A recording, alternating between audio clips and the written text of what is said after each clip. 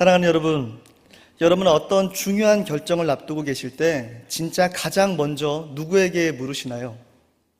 혹시 마음속에 나는 잘 해낼 수 있을까? 주변 사람들은 뭐라고 할까?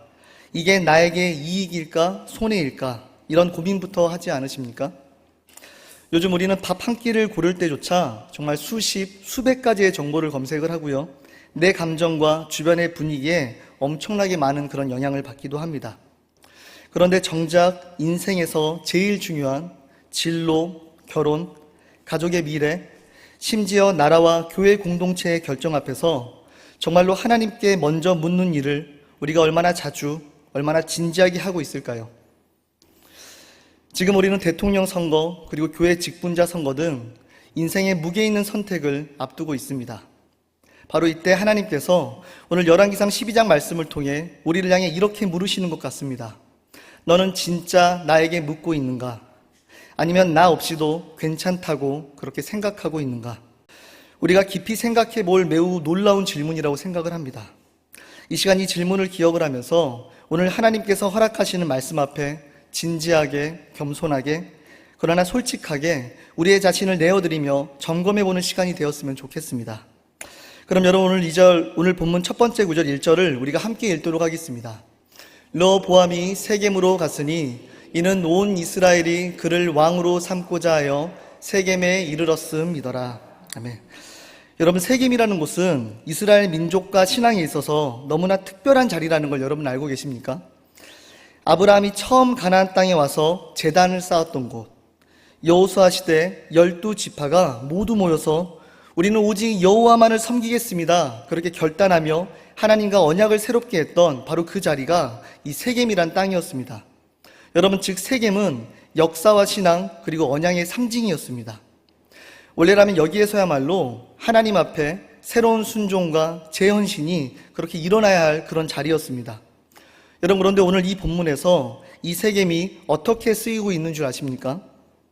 르호보암이 세겜의 모든 지파를 모은 이유는 왕이 계승의 정통성을 세우고 정치적 결속을 다지고자 함이었습니다. 세겜이란 이 중요한 자리에서 르호보암과 이스라엘 백성 모두는 하나님의 뜻, 하나님의 소리를 구하기보다 철저히 인간적인 목적, 즉 어떻게 하면 내 왕권을 안전하게 유지할까? 어떻게 하면 내 멍에가 조금 더 가벼워질까? 이 이야기만을 따지고 있는 것입니다. 우리가 4절 말씀을 함께 보면 왕의 아버지께서 우리에게 메운 멍에가 무거웠으니 왕은 이제 왕의 아버지가 우리에게 시킨 고역과 메운 무거운 멍에를 가볍게 하소서. 그리하시면 우리가 왕을 섬기겠나이다. 이렇게 백성들이 요구를 합니다. 하나님이 정말 기뻐하시는 왕이어야 한다가 아니라 우리의 삶 좀 편하게 해주십시오, 그 조건만 맞으면 당신을 왕으로 인정하겠습니다라는 게 오늘 백성들의 요구였습니다. 조건과 타협, 인간적 이해관계, 여기서 세겜은 신앙의 언약 장소가 아니라 하나님 없이 이익을 따지는 그런 협상의 장, 세속의 그런 시장판이 되어버린 것입니다. 르호보암의 모습은 좀 어떨까요? 5절 말씀을 보면 르호보암이 대답하되 갔다가 3일 후에 다시 내게로 오라 하매 백성이 가니라. 르호보암은 이 백성의 요구 앞에 3일간의 말미를 갖자라고 이야기를 합니다. 그리고 먼저 원로들에게 조언을 구하자 그들이 이렇게 대답을 합니다. 7절 말씀에 대답하여 이르되 왕이 만일 오늘 이 백성을 섬기는 자가 되어 그들을 섬기고 좋은 말로 대답하여 이르시면 그들이 영원히 왕의 종이 되리이다 하나. 여러분, 그러나 르호보암은 자신과 함께 자라난 젊은이들, 동년배들의 말에 더 귀를 기울입니다. 10절부터 11절 말씀을 우리가 함께 천천히 읽도록 하겠습니다. 함께 자라난 소년들이 왕께 아뢰어 이르되 이 백성들이 왕께 아뢰기를 왕의 부친이 우리의 멍에를 무겁게 하였으나 왕은 우리를 위하여 가볍게 하라 하였은즉 왕은 대답하기를 내 새끼 손가락이 내 아버지의 허리보다 굵으니 내 아버지께서 너희에게 무거운 멍에를 매게 하였으나 이제 나는 너희의 멍에를 더욱 무겁게 할지라. 내 아버지는 채찍으로 너희를 징계하였으나 나는 정갈 채찍으로 너희를 징계하리라 하소서. 즉 더욱 강하게, 더 가혹하게 그렇게 백성을 짓누르라는 그런 인간 중심의 과격한 그런 권고를 르호보암이 선택을 합니다. 여러분, 여기서 우리가 반드시 주목해야 할 점이 있습니다. 여러분, 이것은 단지 어느 세대가 더 지혜로운가, 어느 세대의 의견을 따르는 것이 더 지혜로운 판단이었나를 말하고자 함이 아닙니다. 사실 정말 중요하고도 너무나 놀라운 사실은 여러분, 이토록 인생과 나라의 중도한 기로에서 르호보암과 백성과 신하가 단 한 번도 하나님께 묻지 않았다라는 것입니다. 기도하지 않았습니다. 제사장, 선지자, 예배가 여러분 본문 어디에도 등장을 하지가 않습니다. 역사와 믿음의 현장 세겜이 인간적 이해, 정치적 타협, 자기 중심적 그런 계산의 장소로 전락해버리는 여러분 너무나 충격적인 사건이었던 것입니다. 여러분, 세겜이라는 땅은 본래 신앙 회복과 하나님의 주권을 다시 고백하는 그런 자리였지만 르호보암과 이 백성들은 그 언약의 땅에서조차 하나님을 잊고 세상과 다르지 않은 방식으로 왕을 세우고 자신들의 유익만 쫓았으며 하나님의 나라의 정체성을 그렇게 잃어버린 채 하나님의 부재, 하나님의 침묵을 전혀 이상하게 여기지 않았습니다. 여러분, 이것이 열왕기상 12장의 가장 두려운 경고입니다. 믿음의 중심이 오히려 믿음이 사라지는 시작점이 될 수 있다는 것, 가장 하나님께 묻고 가장 하나님을 붙들어야 될 그 자리에서 오히려 하나님이 완전히 배제되고 인간적인 계산만 가득한 너무나 이상하고 슬픈 현실. 여러분, 이 모습이 오늘 우리 교회와 신앙, 내 삶에도 되풀이되고 있지는 않은지 우리의 마음을 깊이 들여다보고 그렇게 돌아보기를 간절히 원합니다. 여러분, 본문을 처음부터 끝까지 읽어보면 참 이상하게도 답답한 사실 한 가지가 눈에 들어옵니다. 바로 왕도, 백성도, 신하도 그 누구도 하나님께 묻지 않는다라는 것입니다. 기도도 예배도 선지자도 어떤 신앙적 행위도 발견되지가 않습니다. 정말 더 놀라운 건 하나님께서도 그런 그들의 모습에 전혀 간섭하지 않으신다라는 것입니다. 말씀도 경고도 깨우침도 심지어 진노조차 없는 그런 침묵. 여러분, 아무 말씀이 없으십니다. 여러분, 왜 하나님이 침묵을 하셨을까요? 혹시 하나님께서 이 백성을 포기하신 걸까요? 그들의 잘못을 그냥 두고 보시는 걸까요? 아니면 그들이 무기력해서 아무것도 할 수 없기 때문일까요? 여러분, 아닙니다. 성경 전체에서 하나님은 절대 자신이 사랑하는 백성을 그냥 내버려 두지 않으십니다. 오히려 우리는 너무 익숙하게 위기의 순간 하나님이 직접 말씀하셨다, 선지자를 보내셔서 깨우치게 하셨다라는 이야기를 성경 곳곳에서 수없이 발견해 왔습니다. 하지만 오늘 세겜의 그 현장, 신앙의 시작점, 언약의 중심이었던 그곳에선 하나님은 철저히 침묵하십니다. 아무런 말씀을 꺼내지를 않으십니다. 여러분, 그렇다면 이 침묵은 대체 무엇을 의미를 하는 걸까요? 가장 먼저 이 침묵은 하나님 없는 신앙의 현실에서 우리가 얼마나 무감각해졌는가를 거울처럼 비춰주는 하나님의 메시지입니다. 하나님이 말씀하지 않는 이유는 여러분, 그들이 묻지 않았기 때문입니다. 하나님의 음성이 사라진 이유는 그들이 처음부터 하나님 없이도 충분하다라고 스스로를 속이면서 그렇게 살아왔기 때문에 그렇습니다. 하나님은 통곡의 길, 돌이킬 수 없는 결정이 앞에 다가왔음에도 아무도 자신을 필요로 하지 않으시니 침묵으로 그 영적 무감각함의 현실을 스스로 깨닫게 하시기 위해 침묵하셨던 것입니다. 여러분, 이 침묵은 하나님이 뭐라고 하셔도 안 들을 귀, 스스로의 경험, 감정, 인간의 조언만 따르는 그런 마음, 이미 신앙적 청각이 닫혀버린 그 백성의 영적 상태를 그렇게 증명하고 계신 것입니다. 너무나 이상한 이 상황이 전혀 이상한 것으로 여겨지지 않는 그들의 영적 무감각함에 대해 하나님께서는 지금 너희의 마음의 상태가 어떠한지 보라고 우리에게 보여주시는 것입니다.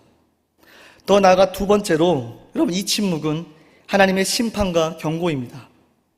하나님께서 가장 큰 진노와 슬픔을 보이실 때가 여러분 어느 때인지를 아십니까? 오히려 직접 손댈 필요 없이 마음대로 하게 내버려 두신다는 것입니다. 로마서 1장 28절 말씀을 보면 또한 그들이 마음에 하나님 두기를 싫어하며 하나님께서 그들을 그 상실한 마음대로 내버려 두사 합당하지 못한 일을 하게 하셨으니, 여러분, 하나님께서는 이것이 가장 두렵고 무서운 영적 현실임에 대해서 우리에게 말씀하고 계신다는 걸 기억하시기를 바랍니다.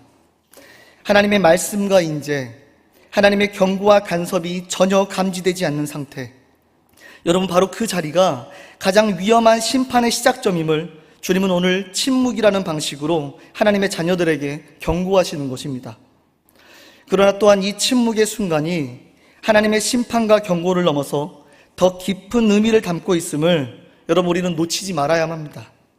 사실 정말 놀라운 것은 이 침묵은 결국 하나님의 사랑, 깊은 인내와 마음을 돌이키게 하는 회개의 기회를 주시는 하나님의 마지막 호소임을 여러분 기억하시기 바랍니다. 하나님은 그 침묵 중에서도 역사와 섭리를 주관하고 계시고 결국 구원의 길을 준비하고 계십니다.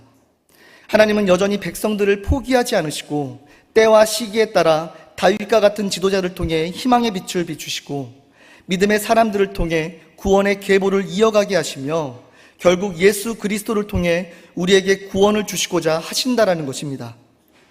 여러분, 이것이 하나님께서 성경을 통해 우리에게 전하시는 마음임을 여러분 기억하시기 바랍니다. 하나님의 침묵, 그것은 너희는 지금 어디를 보고 있는가? 너희는 정말 누가 왕이 되어야 할지, 무엇이 가장 중요한지 진심으로 알고 있는가? 이렇게 묵묵히 질문하시는 하나님의 아프고도 간절한 사랑의 표현임을 우리 모두가 기억하기를 원합니다. 사랑하는 여러분, 우리는 오늘 본문에서 세겜이라는 땅, 하나님 앞에 왕이 세워지고 인생을 가르고 역사를 바꿀 이 선택의 순간에 이스라엘 백성도 르호보암도 그 어느 누구도 하나님을 찾지 않았다라는 사실을 우리가 살펴보았습니다. 여러분, 더 놀라운 것은 그 누구도 하나님께 묻지 않으면서 또한 전혀 불편해하지 않았다라는 것입니다. 다들 마치 이게 당연하다는 듯 각자 자기 이익, 자기 감정, 주변의 여론, 인간적인 방법만 붙들고 담담하게 상황을 흘려보냅니다. 여러분, 이 모습이 정말 남의 이야기일까요? 정말 우리의 삶은 오늘 예배와 신앙생활, 우리의 교회의 선택과 결정 속에서는 정말 이와 전혀 다르지 않다라고 우리가 말을 할 수가 있을까요? 우리의 삶을 돌아봅시다. 진짜 중요한 결정을 앞두고 기도는 하지만 정말 하나님, 주님의 뜻이 무엇입니까? 간절히 묻고 기다리기보다는 내 경험, 내 계산, 주변 사람들의 말과 세상 분위기가 더 영향력을 끼치고 있지는 않으신가요? 주님이 나에게 뭐라고 하실지 정말 진심 어리게 곱씹어 보는 대신에 이게 내 입장에선 맞는 것 같아, 이게 지금 사회 분위기에 맞아, 이게 더 내게 편리하고 유익해, 이런 익숙한 논리로 결정해 오지는 않으셨습니까? 혹시 우리가 하나님이 말씀하지 않으셔도 전혀 어색함을 못 느끼고 예배를 드리면서도 마음 깊숙한 곳에선 오늘도 내 뜻, 내 감정이 정말 제일 중요하지, 이런 식으로 영적 무감각 속에 그렇게 우리가 살아가고 있지는 않을까요? 신앙의 가장 크고도 무서운 위기는 하나님이 더 이상 우리의 인생의 결정을 관여하지 않게 되는 것, 곧 하나님이 없는 신앙생활이 너무나 익숙해져 버리는 그런 상태입니다. 오늘 이스라엘의 모습은 사실 오늘 이 시대의 우리의 예배, 신앙 공동체, 그리고 내 영혼의 거울이기도 합니다. 나는 지금까지 얼마나 진지하게 진짜 중요한 선택의 순간마다 하나님 앞에 무릎을 꿇고 물었던가. 그 무감각과 익숙함 속에 하나님의 음성 대신 내 방식대로 살아가고 있지는 않았나. 오늘 본문이 우리 모두의 마음을 정직하게 비춰주어 하나님 앞에 스스로를 다시 점검해 보시기를 바랍니다. 여러분, 지금까지 우리가 살펴본 열왕기상 12장은 너무나 이상하고 때론 두려울 만큼 하나님께 묻지 않고 하나님 없는 선택과 결정에 아무런 불편함이 없는 그런 지도자와 백성의 모습을 보여주었습니다. 그리고 그런 백성을 향해 하나님은 침묵하셨습니다. 앞서 우리는 하나님의 침묵이 우리의 영적 무감각함을 거울처럼 비춰주며 하나님의 심판과 경고임을 보았습니다. 또한 그 침묵 너머로 하나님의 깊은 사랑과 구원의 계획, 예수 그리스도를 통해 우리에게 주시는 은혜임을 또한 발견을 했습니다. 이제 이 점을 더 깊이 생각해 보기를 바랍니다. 하나님의 침묵은 단순히 우리를 내버려 두시는 것이 아니라 우리의 영적 상태를 돌아보게 하시고 그분의 사랑과 구원을 경험하게 하려는 하나님의 방식이라는 것입니다. 하나님은 당신의 백성, 스스로 선택의 순간마다 하나님께 묻지 않고 살아가는 이스라엘을 단번에 심판하지를 않으십니다. 오히려 침묵하심으로 너희는 정말로 내 음성이 필요하지 않니? 너희가 스스로 힘으로 살아가도 정말 괜찮다라고 생각을 하니? 우리가 그렇게 묻고 계시는 것입니다. 때론 하나님의 침묵은 하나님이 더 이상 무관심하시기 때문이 아니라 우리가 그분의 은혜 없이는 아무것도 할 수 없음을 철저히 깨닫기를 원하시는 그런 간절하고도 아픈 하나님의 사랑의 소통의 방식임을 여러분 기억하시기 바랍니다. 그리고 바로 이 지점에서 복음의 놀라운 진리를 우리는 만날 수가 있습니다. 우리는 하나님께 묻지 않고 하나님의 뜻을 외면하며 살아갈 때에도 하나님은 여전히 우리를 포기하지 않으신다는 것입니다.